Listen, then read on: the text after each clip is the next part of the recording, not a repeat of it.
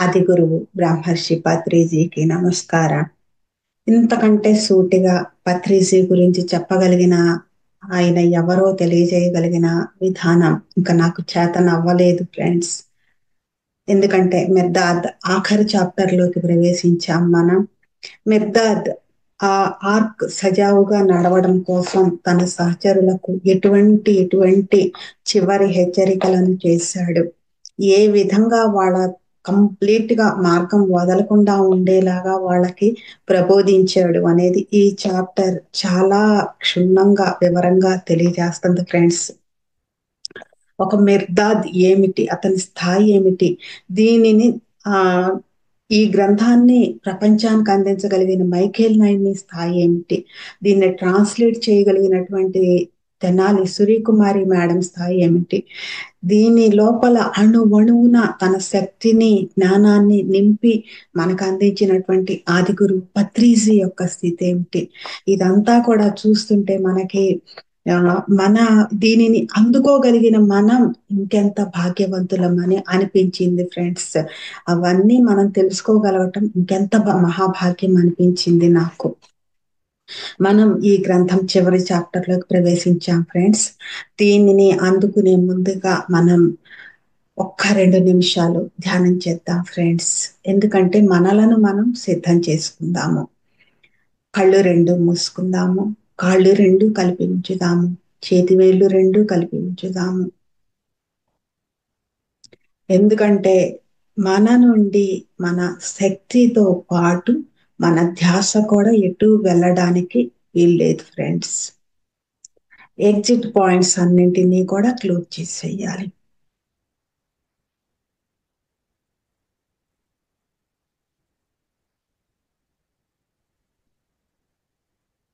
ఆది గురువు పత్రిజీ ఎంత అపురూపమైన వరమో ఆయన అందించిన గ్రంథాలు కూడా అంతే ఫ్రెండ్స్. ప్రపంచవ్యాప్తంగా ఇన్ని వేల మంది మాస్టర్ల యొక్క పరిచయ భాగ్యాన్ని మనకి కలుగజేశారు.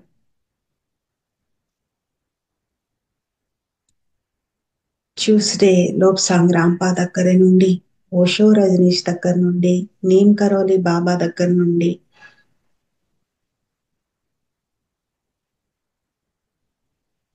రిచర్డ్ బ్యాక్, Janardan, Seth, Dan Yuan, Michael Naimy, లెడ్ Peter, Annie Besant, Thich Nhat హా,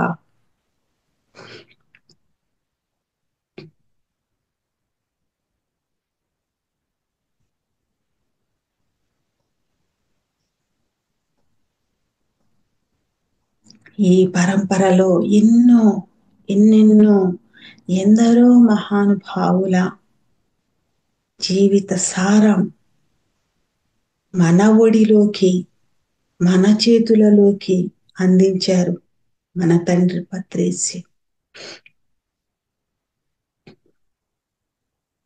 ఇంతకన్నా మహాభాగ్యం ఈ ప్రపంచంలో ఇంకెవరికైనా దక్కుతుందా?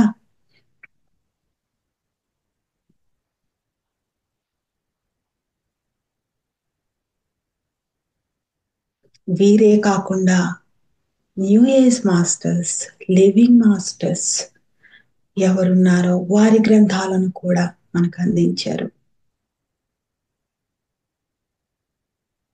లిండా గుడ్మాన్,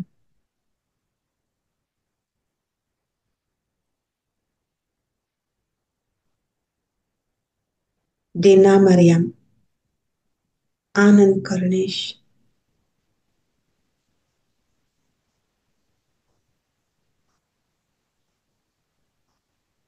శ్రీయం,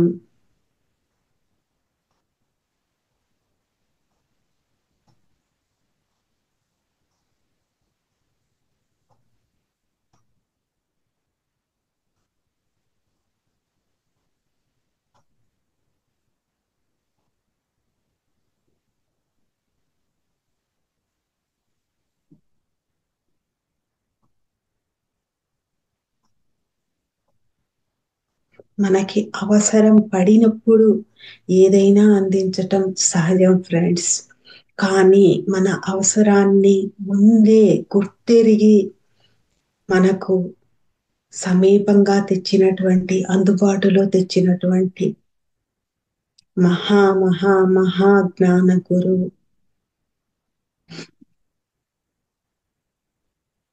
నా ఆత్మ ఎదురు చూసి చూసి చూసి ఎన్నుకున్న నా మహాజ్ఞాన గురువు, ఆది గురువు బ్రహ్మర్షి పత్రిజీకి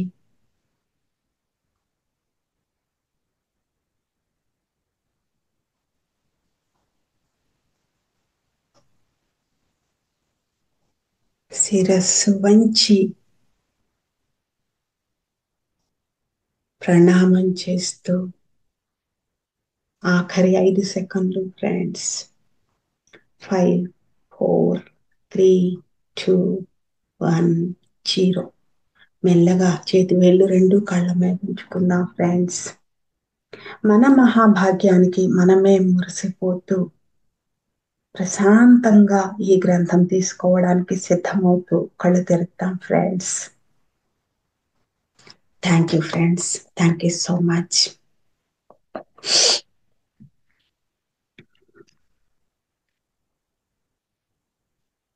ఇప్పుడు మనం మెద్దాద్ గ్రంథంలోనికి వద్దాం ఫ్రెండ్స్. ఇది లాస్ట్ చాప్టర్ లో ఆయన ఏం చెప్పారంటే, దీపం బెదార్ రాజు లెటర్ చదివిన తర్వాత సమాధం మాయమైపోయాడు. మాస్టర్ పేరు ఎవ్వరూ ప్రవేశించని అరణ్యంలోకి శక్తివంతమైన గాలిలో ఆ సమావేశంలోకి వెళ్ళింది. బెదార్ రాజు సందేశంలో చెప్పబడిన సజీవ దీపం ఆయన మాస్టర్ని చూడడానికి అందరూ ఆరాటపడ్డారు. జనసందోహంతో చూడబడడానికి దైవపీఠం మెట్లు ఎక్కుతున్న మాస్టర్ కనిపించాడు. తక్షణమే అలలా కదులుతున్న ఆ మానవ సందోహం అప్రమత్తంగా, ఆతురతగా, శ్రద్ధగా ఉన్న ఒకే మనిషి అయ్యింది. అప్పుడు మాస్టర్ మాట్లాడాడు. దేని గురించి? రాబోయే అగ్ని రక్త ప్రళయాల గురించి హెచ్చరిక. అది తప్పించుకోవడానికి మాస్టర్ సూచించిన మార్గం ఆర్క్ ప్రారంభం. అంటే ఆర్క్ ఇప్పుడు ప్రారంభమైంది ఫ్రెండ్స్. అప్పటిదాకా అది అసలు కూలబడిపోయింది. దాని ప్రయాణం అనేది ప్రారంభమే అవ్వలేదు అసలు. నోవా స్థాపించాడు. తర్వాత కొంతకాలం అది చక్కగా నడిచింది. తర్వాత వేరే మార్గం పట్టింది, కూలబడిపోయింది. ఇప్పుడు మెద్దాద్ వచ్చిన తర్వాత అది తిరిగి ప్రారంభమైంది. మెద్దాద్ చెప్తున్నారు, మెద్దాద్ నుంచి మీరేం కోరుకుంటున్నారు? పీఠాన్ని అలంకరించటానికి బంగారం ఆభరణాలతో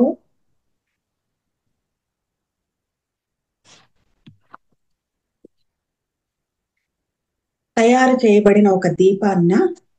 మెద్దాద్ కంసాలి కాదు, నగల వ్యాపారి కాదు, కానీ అతడు ఒక సంకేత దీపం, ఒక ఆశ్రయం అని చెప్తున్నారు. మీరేం కోరుకుంటున్నారు?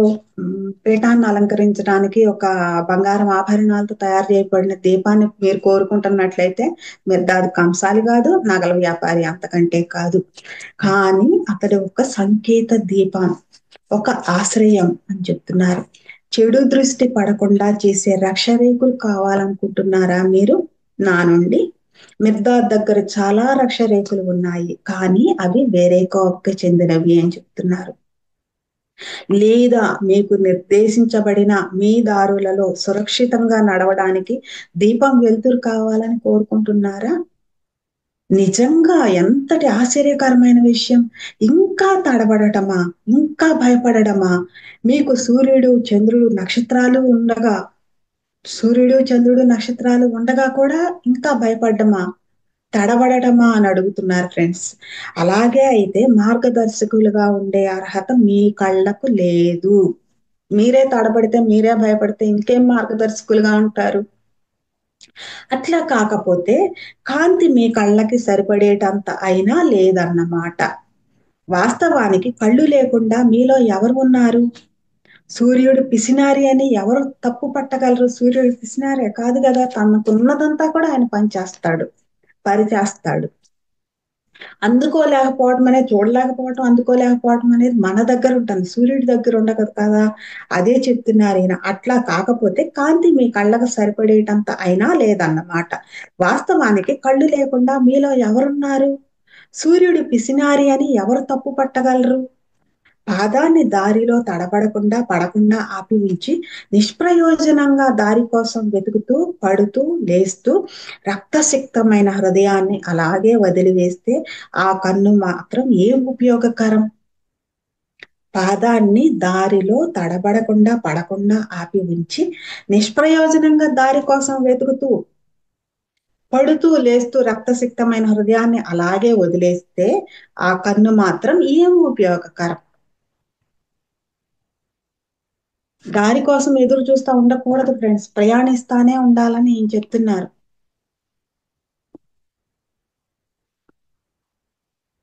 ఆత్మని శూన్యంలో, అజ్ఞానంలో ఉంచితే కంటి నిండుగా ఉండే వెలుతురు వల్ల ఉపయోగం ఏమిటి? నీ ఆత్మయే శూన్యంలో, అజ్ఞానంలో ఉన్నప్పుడు కంటి నిండా వెలుతురుంటే ఉపయోగం ఏంటి? మెర్తాదు నుంచి మీరు ఏం కోరుకుంటున్నారు? చూడగలిగే హృదయాలు, జ్ఞానంతో ఉన్న వెలుగు నిండిన ఆత్మల కోసం ఒకవేళ మీరు కోరుకుని ఆరాట పెడితే నిజంగా మీ ఆరాటం వృధా కాజాలదు. మనిషి ఆత్మ హృదయాలతోటే నా పని అని చెప్తున్నారు ఫ్రెండ్స్.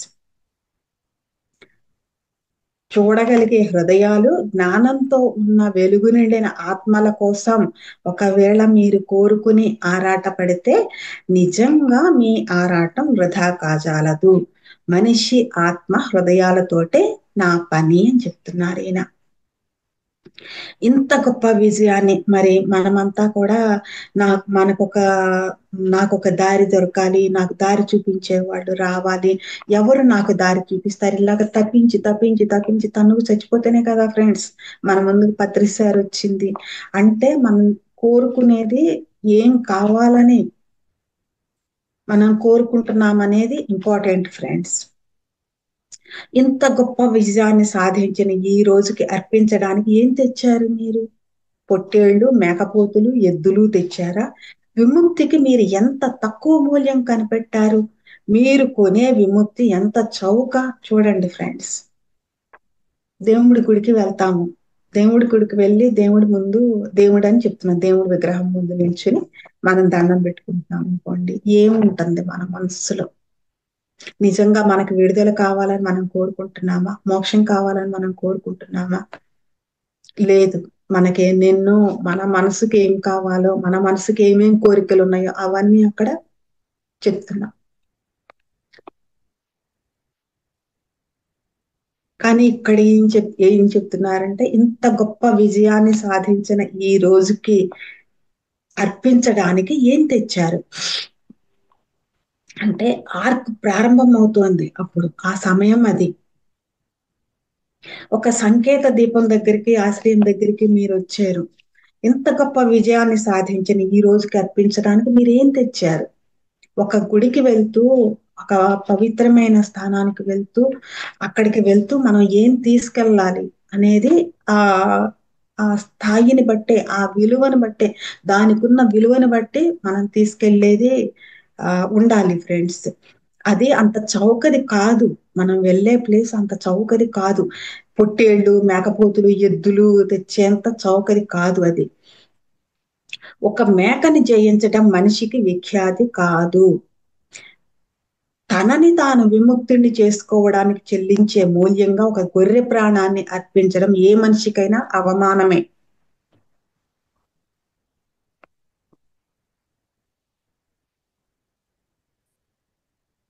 కొన్ని మొక్కులుంటాయి ఫ్రెండ్స్. మనం అనుకున్నది నెరవేరితే ఈయన డబ్బులేస్తామనో, లేకపోతే ఈ నగలేస్తామనో, కొంతమంది నిలువు దోపిడీ అంటారు. ఒంటి మీద ఎంత బంగారం ఉంటే అంత డబ్బులు ఉంటే అది అన్ని కూడా హుండీలో దేవుడికి వేసేయటం అనమాట. ఆ అనుకున్న పనులైతే.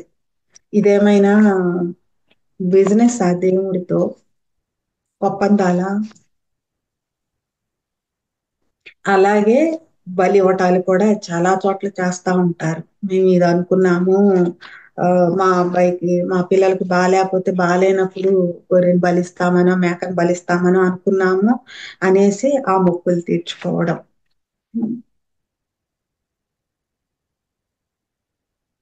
తనని తాను విముక్తిని చేసుకోవటానికి, అంటే ఒక ఏదైతే తనని పీడిస్తుందో, ఏ సమస్య అయితే తనని పీడిస్తుందో ఆ సమస్య నుండి బయటపడటం కోసం చెల్లించే అమూల్యంగా ఒక గొర్రె ప్రాణాన్ని అర్పించడం ఏ మనిషికైనా అవమానమే అని చెప్తున్నారు.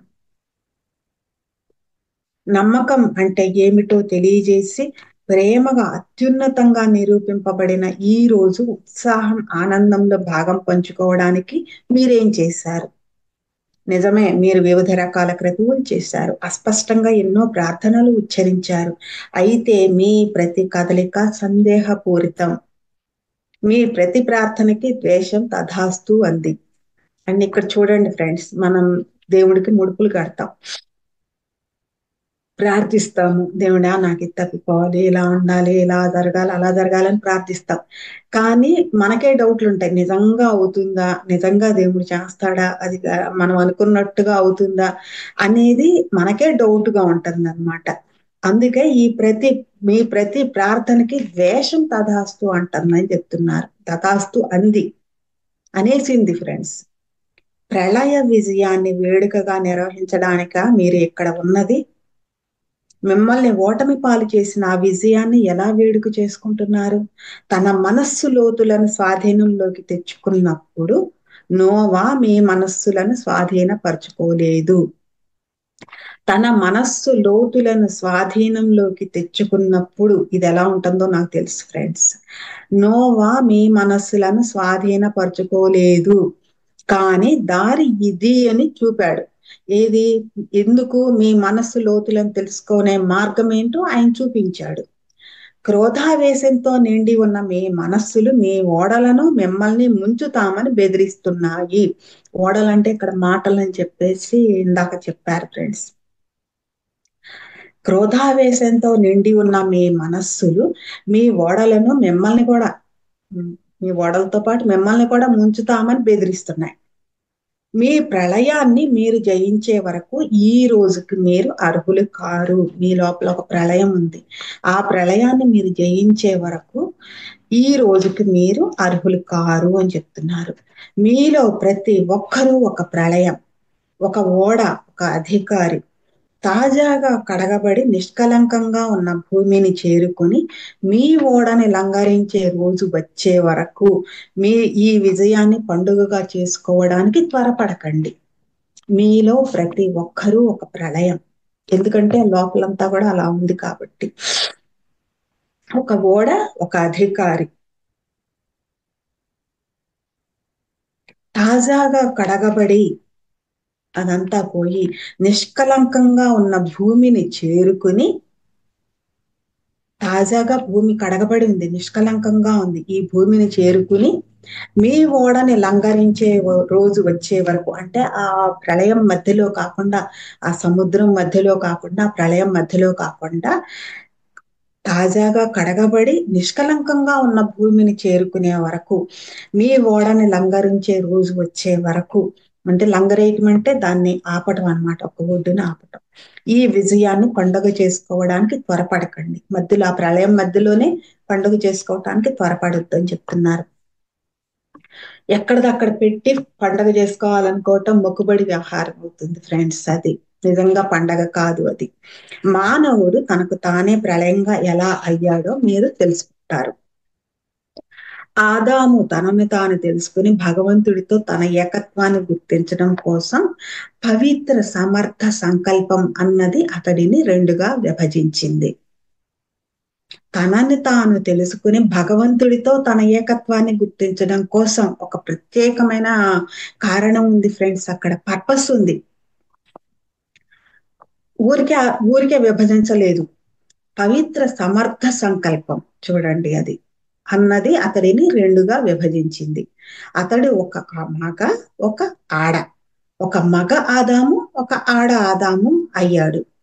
విభజన యొక్క ఫలితం సంతానం అయిన కోర్కెల వెల్లువలో ముంచెత్తపడ్డాడు. విభజన యొక్క ఫలితం సంతానం. ఈ సంతానం ఏంటి? కోర్కెల వెల్లువలో ముంచెత్తపడ్డాడు. సంతానం అయిన కోర్కెల వెల్లువలో ముంచెత్తపడ్డాడు. విభజన ఫలితం ఏమవుతుంది? ఆ, రెండు ఆడ మగ ఉన్నారనుకోండి, పిల్లలు పుట్టుకొస్తారు. ఆ పిల్లలుగా ఈయన ఏం చెప్తున్నాడు? కోర్కెల వెల్లువ, కోరికలు అని చెప్తున్నారు. అసంఖ్యాకమైన కోరికలు, అనంతమైన రంగులతో ఎంత విస్తారంగా విశృంఖలంగా ఉన్నాడంటే, ఈ రోజు వరకు మానవుడు అలల మీద తేలే ఓడకు సంబంధించిన వస్తువులా ఉన్నాడు అంతే. కళ్ళు తిరిగేటంతటి ఎత్తులకి ఒక అల తీసుకుని వెళ్తే ఇప్పుడు ఎలా ఉన్నాడని చెప్తున్నాడు? ఈ కోరికల వెల్లువలో ముంచెత్తబడ్డాడు అతను. ఆ వెల్లువలో ఉన్నాడు. వెల్లువ అంటే ఉమ్, ఒక్కసారిగా వచ్చి పడిపోయేదన్నమాట. ఒకదాని తర్వాత ఒకటి వచ్చేది కాదు, ఒక్కసారిగా వచ్చేస్తాయి అన్నీ కూడా. అసంఖ్యాకమైన వెలువ అంటే ఇట్లా ముంచెత్తుంది, నా సముద్రం నీరు ఇట్లా వచ్చేసి ఒక్కసారిగా ముంచెత్తుతుంది అనమాట, అది వెల్లువ. అసంఖ్యాకమైన కోరికలు, అనంతమైన రంగులతో ఎంత విస్తారంగా విశృంఖలంగా ఉన్నాడంటే, ఈ రోజు వరకు మానవుడు అలల మీద తేలే ఓడకు సంబంధించిన ఒక వస్తువులా ఉన్నాడు అంతే. కళ్ళు తిరిగేటంతటి ఎత్తులకి అల ఇలా పైకి లేచినప్పుడల్లా కళ్ళు తిరిగే ఎత్తుకు తీసుకెళ్తది. తీసుకెళ్తే ఇంకొకటి అతడిని అట్టడుగుకి లాగుతుంది. ఇంకోటి దాని అల పైకి లేసినట్టు ఉండదు కదా, తిరిగి దిగుతుంది కదా, అది తిరిగి ఏం చేస్తుంది? అడుగుకి తీసుకెళ్ళిపోతుంది అన్నమాట శాంతం. అతడు జత కూడినట్లే అతడి కోర్కెలు కూడా జతగా ఉన్నాయి. అతడు ఎలా అయితే రెండుగా విభజించబడి ఇంకొక దాంతో జత కూడాడో, అలాగే అతని కోరికలు కూడా జతగా ఉన్నాయి అన్నమాట. విరుద్ధమైనది నిజానికి ఒకదానికొకటి సంపూర్ణతని ఇస్తాయి. ప్లస్ మైనస్ ఉన్నాయి అనుకోండి, కంప్లీట్ అవుతుంది. మనకి ఇక్కడ కరెంట్ దీనికి వచ్చేటప్పుడు రెండు చెప్తారు ఫ్రెండ్స్. రెండు రకాలుగా ఆ వైపు ఈ వైపు రెండు కలిస్తేనే ఆ పవర్ సప్లై అనేది సాధ్యమవుతుంది. విరుద్ధమైనది నిజానికి ఒకదానికొకటి సంపూర్ణతను ఇస్తాయి. అవివేకులకు అవి ఒక్క నిమిషమైనా సంధి లేకుండా పోరాటానికి తలపడుతున్నట్లు అనిపిస్తాయి. అవివేకులకు అంటే ఆ వివేకం, ఆ ఎరుక. అవివేకులు అంటే వేరే ఎవరో కాదు ఫ్రెండ్స్, పనికిరాని వాళ్ళు కాదు, పనికి మాలిన వాళ్ళు కాదు. వివేకం అంటే ఆ అవేర్నెస్ ఉండటం. ఓ ఇది ఇది ఇలా కలుస్తుంది, కలిసినప్పుడు ఇలా ఉపయోగపడుతుంది అనేది ఆ అవేర్నెస్ ఉండటం. అవివేకులు అంటే అది తెలియదు, అది తెలియని వాళ్ళు. వాళ్ళకి ఏమవుతుంది? అవి ఒక్క నిమిషమైన సంధి లేకుండా పోరాటానికి తలపడుతున్నట్లు అనిపిస్తాయి. ఏవి విరుద్ధమైనవి, ఇవి విరుద్ధంగా ఉన్నాయి, పోరాటానికి సిద్ధంగా ఉన్నాయని వీళ్ళు అనుకుంటారు. కానీ వివేకవంతుడేనికి ఏం చేస్తాడు? ఒకదానికొకటి సంపూర్ణతనిస్తున్నాయని వివేకవంతుడు గుర్తిస్తాడు ఫ్రెండ్స్. భిన్నత్వంతో నిండి కఠినమైన దీర్ఘమైన జీవితం అంతా రోజు తర్వాత రోజు, ఘడియ తర్వాత ఘడియ మానవుడు ఈ ప్రళయాన్ని ఎదుర్కోవాలి. ఈ ప్రళయం యొక్క శక్తివంతమైన చలమలు హృదయం నుంచి తన్నుకు వచ్చి వాటి వేగంతో మిమ్మల్ని తుడిచేస్తాయి. మీ ఆకాశం, మీ భూమి ఏకమై ప్రళయాన్ని ఎదుర్కొంటే తప్ప మీ ఆకాశంపై ఇంద్రధనస్సు అలంకరించదు. అది ప్రళయం అని చెప్తున్నారు. ఇప్పుడు అన్నెసరివి మొత్తం నిండిపోయి ఉన్నాయి అనుకోండి, చెత్త చెదారం అంతా నిండిపోయి ఉంది అనుకోండి, ఒక సునామీ వస్తుంది, కొట్టేస్తుంది, మొత్తాన్ని క్లీన్ అయిపోతుంది అనమాట. మన ఆ భూమి చెప్పింది, నేను ఇంకా భరించలేను, నేను క్లీన్ చేసుకోవాలి అని చెప్పింది. వెంటనే కరోనా వచ్చింది. కరోనా వచ్చిన వెంటనే ఎంత తుడిచిపెట్టేసింది ఫ్రెండ్స్, ప్రతి చోట కూడా. అన్నెసరీవి చాలా వరకు కూడా తుడిచిపెట్టబడతాయి ఫ్రెండ్స్ ప్రళయం ద్వారా. ఈ ప్రళయం యొక్క శక్తివంతమైన చలమలు అంటే ఆ ఊట ఏదైతే ఉందో, ఆ చలమలు హృదయం నుంచి తన్నుకుని వచ్చి, మెల్లగా కాకుండా తన్నుకుని రావాలన్నమాట, వచ్చి వాటి వేగంతో మిమ్మల్ని తుడిచేస్తాయి. మీ లోపల ఏదైతే ఎక్స్ట్రా ఉందో తుడిచేస్తాయి, ఏమీ లేకుండా నిలబెడతాయి అన్నమాట అక్కడ. మీ ఆకాశం, మీ భూమి ఏకమై ప్రళయాన్ని ఎదుర్కొంటే తప్ప ఈ వస్తున్న ప్రళయాన్ని మనం తట్టుకోవాలి. మన లైఫ్ లో చెప్తూ ఉంటారు ఫ్రెండ్స్, ప్రతి సమస్య మనం నేర్చుకోవటానికే వస్తుందని చెప్తారు. నిజమే, చెప్తారు, అది కరెక్టే.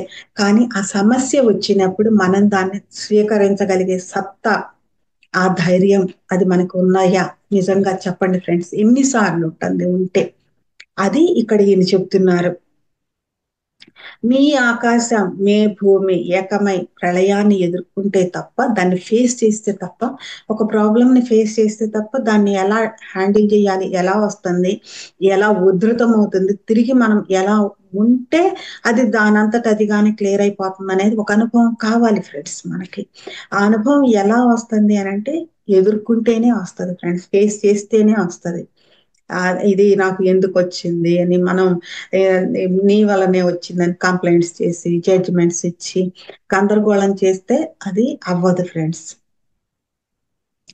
ఎదుర్కొంటే తప్ప, మీ ఆకాశం మీ భూమి ఏకమై ప్రళయాన్ని ఎదుర్కొంటే తప్ప మీ ఆకాశంపై ఇంద్రధనస్సు అలంకరించదు. అదే ప్రళయం అని చెప్తున్నారు. ఇలా చేసేదే ప్రళయం.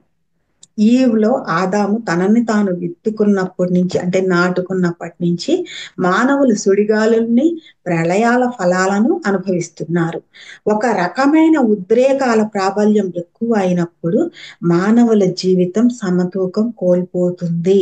ఒక రకమైన ఉద్రేకాల ప్రాబల్యం ఎక్కువైనప్పుడు మానవుల జీవితం సమతూకం కోల్పోతుంది, బ్యాలెన్స్ పోతుంది ఫ్రెండ్స్. అక్కడ సమతూక స్థాపన కోసం ఏదో ఒక రకమైన ప్రళయంతో మానవులు ముంచెత్తబడతారు. ఇది మెయిన్ రీజన్ ఫ్రెండ్స్. ఒక ప్రళయం వస్తుంది అంటే దేనికి? మానవుల జీవితంలో సమతూకం కావాలి, బ్యాలెన్స్ కావాలి. ఆ బ్యాలెన్స్ కోసమే ఏదో ఒక రకమైన ప్రళయం ఏదో ఒకటి వస్తుంది. దాంతో మానవులు ముంచెత్తబడతారు. కొంతకాలం వాళ్ళకి ఇంకేం కనపడుతుంది ఫ్రెండ్స్. కరోనా ఉన్నంత కాలం కూడా మిగతా ప్రపంచంలో ఎవరికి కూడా రెండోది కనపడలేదు.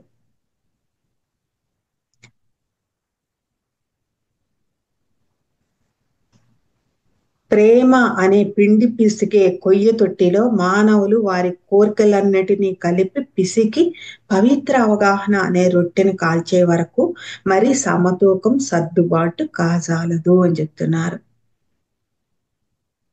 ప్రేమ అనే పిండి పిసికే కొయ్య తొట్టిలో మానవులు వారి వారి కోరికలన్నీ వేసి, ఇప్పుడు మీకు ఏమనిపిస్తున్నా కానీ, ఏ రకమైన ఇది కావాలి అది కావాలి, ఏ రకంగా అనిపిస్తున్నా కానీ ఇలా ఉండాలి అలా ఉండాలి, ఎలా అనిపిస్తున్నా కానీ దాన్ని ఎక్కడ ఏమంటున్నారంటే ప్రేమ అనే దాంట్లో వేయమంటున్నారు.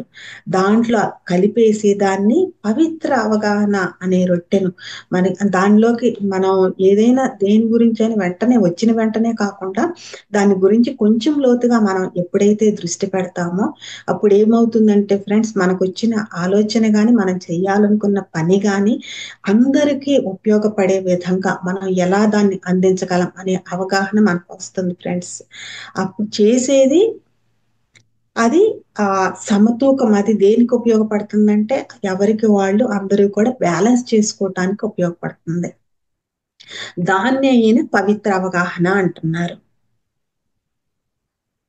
పవిత్ర అవగాహన అనే రొట్టెని కాల్చే వరకు మరి సమతూకం సర్దుబాటు కాజాలదు అని చెప్తున్నారు. నోవా కాలంలో భూమిని ముంచివేసిన జల ప్రళయం మానవ జాతికి తెలిసిన మొదటి ప్రళయమో కాదు, మరి చివరిది కాదు ఫ్రెండ్స్. నాశనకారకమైన అనేక ప్రణయాల్లో అది పై శ్రేణికి చెందిన అంత ఉధృతంగా వచ్చింది ఫ్రెండ్స్ అది. అయితే రాబోయే అగ్ని రక్త ప్రళయం దానిని మించి ఉంటుంది. చూడండి ఫ్రెండ్స్, మీరు తేలడానికి సిద్ధంగా ఉన్నారా లేక మునిగిపోవడానికా? నేను ఇది వరకు కూడా కొన్ని సెషన్స్ లో చెప్పాను ఫ్రెండ్స్. ఒక 2000 ఆ సమయంలో నాకు కనిపించింది ఇది. ఒక కింద పెద్ద పెద్ద రాళ్ళు అంటే స్తంభాలు లాంటివి పడిపోయి ఉన్నాయి నీళ్ళల్లో. కిందంతా ప్రవాహం సునామీ కొట్టుకుపోతుంది మొత్తం. అందరూ అన్ని కూడా కొట్టుకుపోతున్నారు, ఏది నిలబట్టం లేదు. అయితే ఆ 2 రాళ్ల మీద, 2 స్తంభాల మీద 2 కాళ్ళు వేసి పత్రిసారి నించుని ఉన్నారు ఫ్రెండ్స్. ఎలా అంటే రాముడిలాగా నించుని ఉన్నారు ఆ గెటప్ లో. ఆయన చేతిలో విల్లుంది, బాణం ఉంది.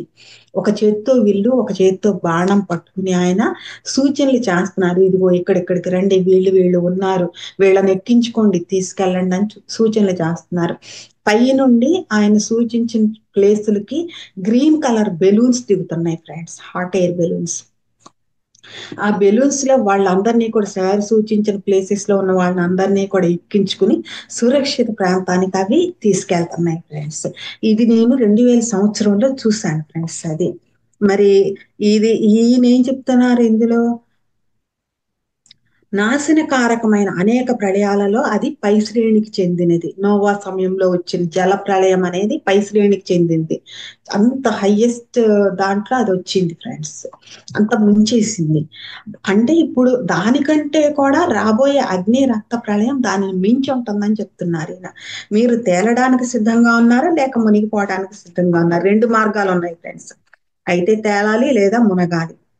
బరువుకి బరువుని కలుపుతూ అందులోనే నిమగ్నమై ఉన్నారు ఫ్రెండ్స్, ఉన్నారు మీరు అని చెప్తున్నారు. అంటే బరువుకి బరువు, ఇంకా బరువులు, నేను, నాది, నా వాళ్ళు, నా ఆస్తులు, నేను జాగ్రత్త చేసుకోవాలి, నేను సేకరించాలి, నేను ఫ్యూచర్ సెక్యూరిటీ కోసం సమీకరించాలి. ఇట్లా బరువుకి బరువుని కలుపుతూ మనదే కాకుండా పక్క వాళ్ళది కూడా వేసుకుంటూ మరి కర్మలు కర్మ ఫలితాలు అన్నీ కూడా వేసుకుని బరువుకి బరువుని కలుపుతూ అందులోనే నిమగ్నమై ఉన్నారు మీరు. బాధతో సంపూర్ణమైన నిండిన సుఖాల మత్తు మందుని మీ రక్తానికి అందించడంలో మిమ్మల్ని ఎక్కడికి నడిపించలేని, ఎక్కడికి తీసుకువెళ్ళలేని దారులని గీయడంలో బీగం చెవి, అంటే తాళం చెవి, రంధ్రం, బీగం గీయడంలో బీగం తాళం చెవి రంధ్రంలో నుంచి లోపలికి తొంగి చూడకుండా జీవితపు గిడ్డంగుల పెరడులో గింజలు ఏరుకోవడంలో నిమగ్నమై ఉన్నారు మీరు. చూడండి ఫ్రెండ్స్, ఓ పక్కనది ముంచేయడానికి ఇంకా సిద్ధమైంది, ఇంకా ఉధృతంగా రావడానికి సిద్ధమైంది. ఇక్కడ ఎలా ఉంది పరిస్థితి? బరువుకు బరువును కలుపుతూ అందులోనే నిమగ్నమైపోయి ఉన్నారు అందరూ కూడా. బాధతో సంపూర్ణమైన నిండిన సుఖాల మత్తు మందుని మీ రక్తానికి అందించటంలో, అంటే ఇది ఎలా ఉంటుందంటే ఫ్రెండ్స్, పత్రి సార్ ఎప్పుడు చెప్పేవాళ్ళు, మిమ్మల్ని మీరు ఎక్కువగా సుఖలాలసతలో సుఖభోగాల్లో ఉంచితే మీకు ఆధ్యాత్మికత అనేది అణువంతైన ఎక్కదు, అటువైపు అసలు మీరు ఏ మాత్రం కూడా చూడను కూడా చూడలేరు అని చెప్పారు. ఎందుకనంటే సంపూర్ణమైన నిండిన సుఖాల మత్తు మందుని రక్తానికి ఎక్కేసింది. అది ప్రవహించే రక్తంలోకి అది ఎక్కేశాక ఇంక ఎలా సాధ్యమవుతుంది అది అసలు? ఆ ఎరుక ఎలా వస్తుంది, ఆ స్పృహ ఎలా వస్తుంది, ఎలా అవి మత్తుమంది ఎక్కేసింది అంటే అవి పడిపోయి ఉన్నాయి. ఆ ఎలా తిరిగి ఆ చురుకుని తెచ్చుకుని ఆ మేలుకుని రెడీ అవుతాయి అవి? సాధ్యం కాదు కదా. ఇలా ఉండటమే ఇందులో మిమ్మల్ని ఎక్కడికి నడిపించలేని, ఎక్కడికి తీసుకుని వెళ్ళలేని దారులను గీయడంలో మనమే గీసేస్తాం. వేగం చెవి రంధ్రంలోంచి ఆయన చెవిలో తిప్పుతున్నారు. సార్ ఏం చెప్పారు? లెండ్ యువర్ ఇయర్స్, మనం చెవులను పారేసుకోవాలి అని చెప్పారు. కానీ మనం ఎంతవరకు వినగలిగా? ఆయన మన చెవిలో ఆ ఈ తాళమేసి ఉన్నటువంటి అది ఓపెన్ అవ్వకుండా, ఆ లోపలికి తొంగి చూడకుండా జీవితపు, మనం ఈ లోపలికి చూడట్లేదు అసలు, చెవులు మూసుకుపోయినాయి, అంతా మూసుకుపోయింది, సుఖలాలసతలో మత్తులో ఉండిపోయాం. అది రక్తంలోకి ఎక్కేసింది ఏకంగా. ఎక్కడ బిజీగా ఉన్నాము? ఎక్కడికి నడిపించలేని, ఎక్కడికి తీసుకువెళ్ళలేని దారులు గీయడంలో బిజీగా ఉన్నాం. మరి ప్రపంచంలో ధ్యానం వచ్చే వరకు మనం ఎక్కడున్నాం ఫ్రెండ్స్? పూజలు, మందులు, మాంసం వీటి దగ్గరే కదా ఉన్నాము.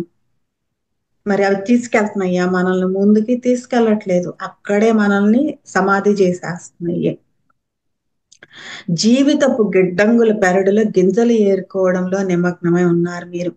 ఓ నా అనాథల్లారా ఆహా ఏమని పిలుస్తున్నారో చూడండి. ఈయన లోపలికి అడుగుకి ఎందుకు వెళ్ళడం లేదు మీరు? పైపైన గింజలు ఏరుకుంటా ఎందుకున్నారు మీరు? ఈ లోపలికి లోతుల్లోకి ఎందుకు వెళ్ళట్లేదు మీరు అని అడుగుతున్నారు. ఎత్తుగా ఎగరడానికి, అవధులు లేని సువిశాల చరాచర విశ్వమైన స్థలంలో తిరగడానికి, విశ్వాన్ని మీ రెక్కలతో చుట్టుముట్టడానికి పుట్టిన మీరు, మనం ఎందుకు పుట్టాం, ఎందుకు వచ్చాం ఈ భూమి మీదకి అంటే ఎటువంటి అనుభవాల కోసం వచ్చాం? ఇక్కడ ఇలాగా ఈ పైన చెప్పినవన్నీ చేయడానికి మనం ఇక్కడ లేం ఫ్రెండ్స్.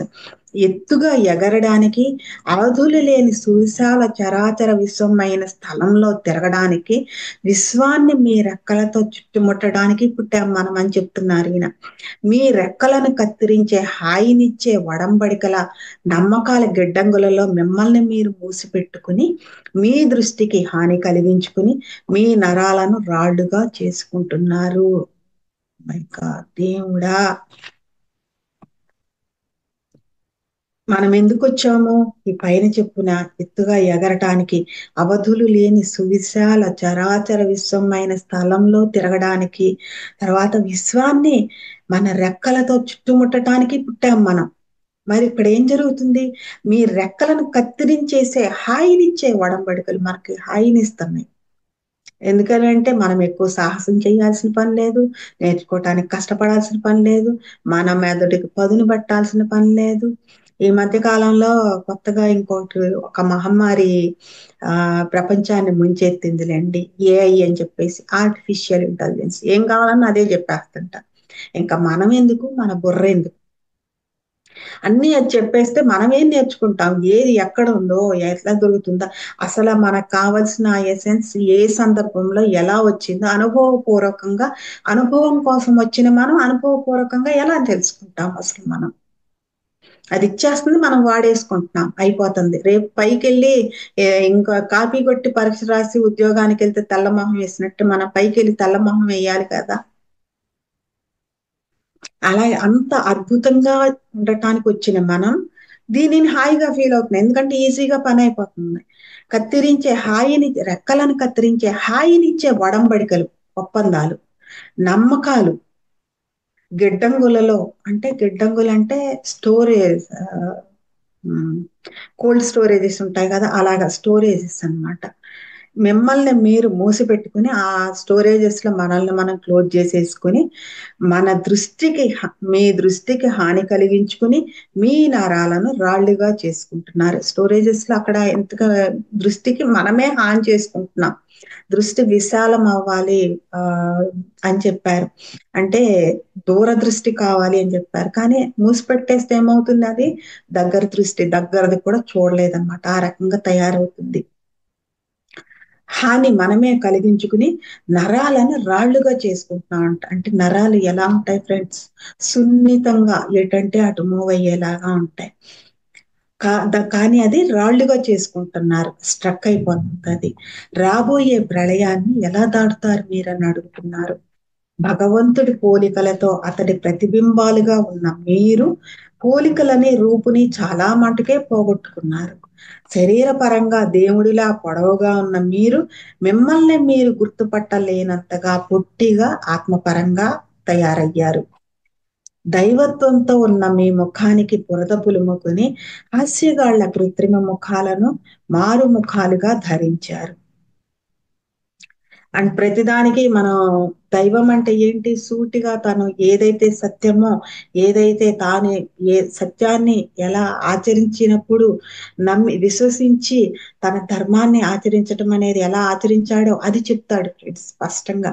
కానీ ఇక్కడ ఏమైంది? దైవత్వంతో ఉన్న ముఖానికి బురద బులుముకుని, అంటే కవర్ చేసేసుకుని, మాస్క్ వేసేసుకుని హాస్యగాళ్ల కృత్రిమ ముఖాలను మారు ముఖాలుగా ధరించాం.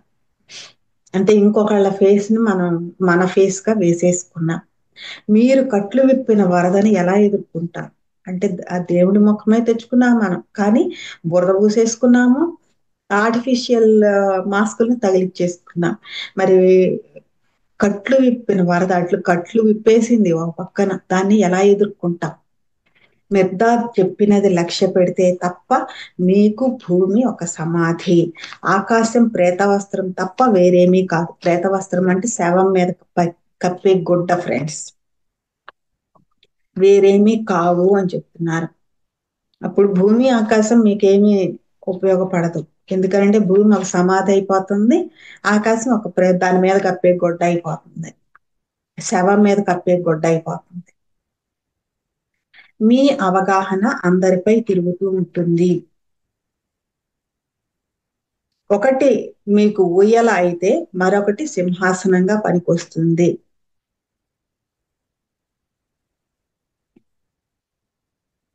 మీకు మళ్ళీ చెప్తున్నాను, మీరే ప్రళయం, ఓడ అధికారి. మీ ఉద్వేగాలే ప్రళయం, మీ శరీరమే నావ, మీ నమ్మకమే అధికారి. ఇక్కడ క్లియర్ చేశారు ఫ్రెండ్స్ ఈయన. ప్రళయం అంటే ఏంటంటే మీ ఉద్వేగాలే ప్రళయం, మీ శరీరమే నావ, మీ నమ్మకమే అధికారి అని చెప్తున్నారు. మీ సంకల్పం అన్నింటిలోకి చొచ్చుకుని పోతుంది, మీ అవగాహన అందరిపైన తిరుగుతూ ఉంటుంది అని చెప్తున్నారు. సముద్రంలోకి తీసుకుని పోవడానికి మీ నావ దృఢంగా బలిష్టంగా ఉండేలా చూసుకోండి. అయితే ఆ ఒక్కదానిపైనే మీ జీవితం వృధా చేసుకోవద్దు, లేకపోతే ఓడ పయనించే సమయం ఎప్పటికీ రాదు. చివరికి మీరు మీ పడవ మునిగిపోయి అక్కడే మునిగిపోతాయి. ఈలోపు సముద్రంలోకి తీసుకొని పోవడానికి మీ నావ దృఢంగా బలిష్టంగా ఉండేలా చూసుకోమంటున్నారు, కరెక్టే. అయితే ఆ బలిష్టంగా చూసుకునే దాంట్లోనే జీవితాన్ని వృధా చేసుకోవద్దు. అదే దాంట్లోనే ఉంటే ఇక్కడ ఏమవుతుంది, ఓడ పయనించే సమయం ఎప్పటికీ రాదు. అంటే ప్రయాణం అనేది ముందుకు జరుగుతానే ఉండాలన్నమాట, అయినంత జరుగుతానే ఉండాలి. చివరికి మీరు మీ పడవ మునిగిపోయి అక్కడే మునిగిపోతాయి అని చెప్తున్నారు. ప్రయాణం ముందుకు జరగట్లేదు కదా, మరి ఓడతో పడవతో ప్రయాణించట్లేదు కాబట్టి ప్రయాణం ముందుకు జరగకుండా అక్కడే ఆగిపోతుంది, మునిగిపోతుంది. అదే కొంచెం కొంచెం దాంతో పాటు ప్రయాణిస్తా ఓడని బలిష్టంగా, దాన్ని ఓడలాగా బలిష్టంగా చేసుకుంటే సముద్రంలోకి తీసుకెళ్తుంది. అది అన్నింటికన్నా ముందు ప్రళయాల మూల స్థానాలు ఎక్కడో తెలుసుకుని వాటిని ఒకదాని తర్వాత ఒకదాన్ని ఎండేలా చేయాలి. ఈ ప్రళయం యొక్క మూల స్థానం ఎక్కడుంది అనేది పట్టుకోవాలి ఫ్రెండ్స్. మన ముందు ఒక ఇన్సిడెంట్ జరుగుతుంది ఫ్రెండ్స్. ఆ ఇన్సిడెంట్ ని చూసి మనం ఒకలా రియాక్ట్ అయ్యాము.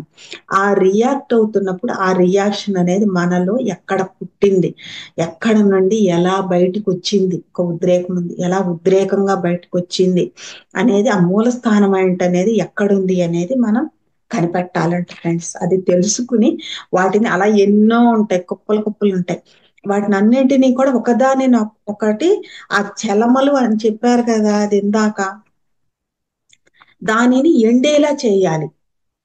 అప్పుడు ప్రళయం తగ్గి చివరికి పూర్తిగా పోతుంది అని చెప్పారు ఫ్రెండ్స్.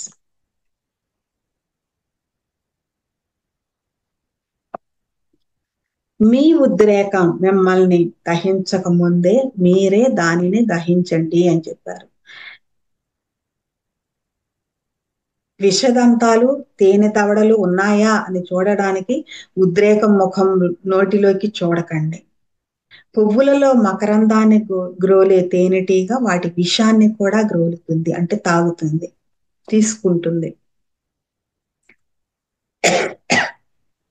విషదంతాలు తేనె దవడలు ఉన్నాయా అని, ఏమున్నాయి, విషదంతాలు ఉన్నాయా, తేనె దవడలు నవలటానికి ఉపయోగపడేవి. దంతాలంటే ముందు పక్కన ఉండేవి ఫ్రెండ్స్. అని చూడడానికి ఉద్రేకం ముఖం నోట్లోకి చూడొద్దు అని చెప్తున్నారు. పువ్వులలో మకరందాన్ని గ్రోలే తేనెటీగ వాటి విషాన్ని కూడా గ్రోలుతుంది అని చెప్తున్నారు. ఉద్రేకం అందంగా ఉందా వికారంగా ఉందా అని పరిశీలించకండి. ఈవికి భగవంతుడి ముఖం కంటే సర్పం ముఖం అందంగా కనిపించింది అని చెప్తున్నారు. ఇంతటితో ఈ అధ్యాయంలోని సగం మనం తెలుసుకున్నాం ఫ్రెండ్స్. దీనిని మనం ముందుగా అర్థం చేసుకుందాము, అవగాహనకి తెచ్చుకుందాము, మనం దాన్ని ఆచరిద్దాం.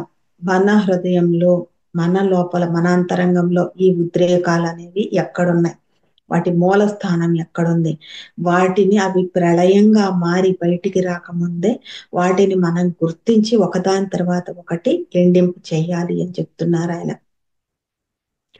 లేకపోతే అవి అగ్ని రక్త ప్రళయం, ముందొచ్చిన జల ప్రళయం కంటే భీకరంగా ఉంటుంది అని చెప్తున్నారు. అవి ఎప్పుడైతే మనం వాటిని ఎండింప చేస్తా వస్తామో ఈ ప్రళయం అనేది దానంతటదిగా అణిగిపోతుందని చెప్తున్నారు. మరి ఇంతటితో ఈ అధ్యాయంలోని సగం మనం తెలుసుకున్నాం ఫ్రెండ్స్. తిరిగి మిగతా భాగాన్ని వచ్చే ఎపిసోడ్ లో తెలుసుకుందాము. అంతవరకు మరి ఒక ప్రళయం రాబోతుందంటే వచ్చాక తెలుస్తుంది ఫ్రెండ్స్, ఎప్పుడైనా కానీ. ఈ సూచనలు ఈ సృష్టిలో మిగతా మిగతా ప్రాణులన్నీ తెలుసుకుంటాయి. ఒక్క మానవుడికే అర్థం కాదు ఫ్రెండ్స్. అది వచ్చే ముంచెత్తేదాకా అర్థం కాదు. ఎందుకంటే ఆ అవేర్‌నెస్ లో మానవుడు ఉండడు. కానీ ఇన్ని కోట్ల మంది ప్రజలలో మనం మనం మనకి ఈ అవగాహన అందించినందుకు, ఎంతో శ్రమకు వచ్చి సహించి మనకి అందించినందుకు ఆది గురువు బ్రహ్మర్షి పత్రిజీకి ఎంతో కృతజ్ఞతలతో thank you so much friends.